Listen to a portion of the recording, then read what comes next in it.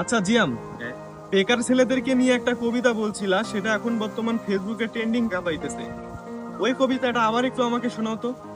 শুনবা? হ্যাঁ। তুমিও শুনবা? আচ্ছা শোনো।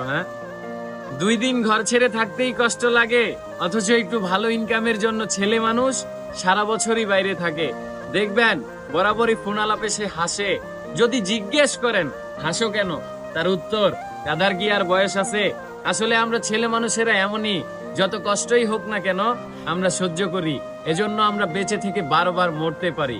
গোবরে পদ্ম ফুল, এ গল্প শুধু মেয়েদের ক্ষেত্রেই মানায়। তবে ছেলে বেকার হলে কজনে তার গুণের গল্প শোনায়। আসলে আমরা ছেলে মানুষ জনাব, আমরা কাটার বাগানের গোলাপ। মৃত্যু আসবে, তবু অপেক্ষার প্রহর শেষ হবে না মনে হয়। আমাদের ছেলেদের পুরো জীবনটাই কাটে একটা ভালো দিনের অপেক্ষায়।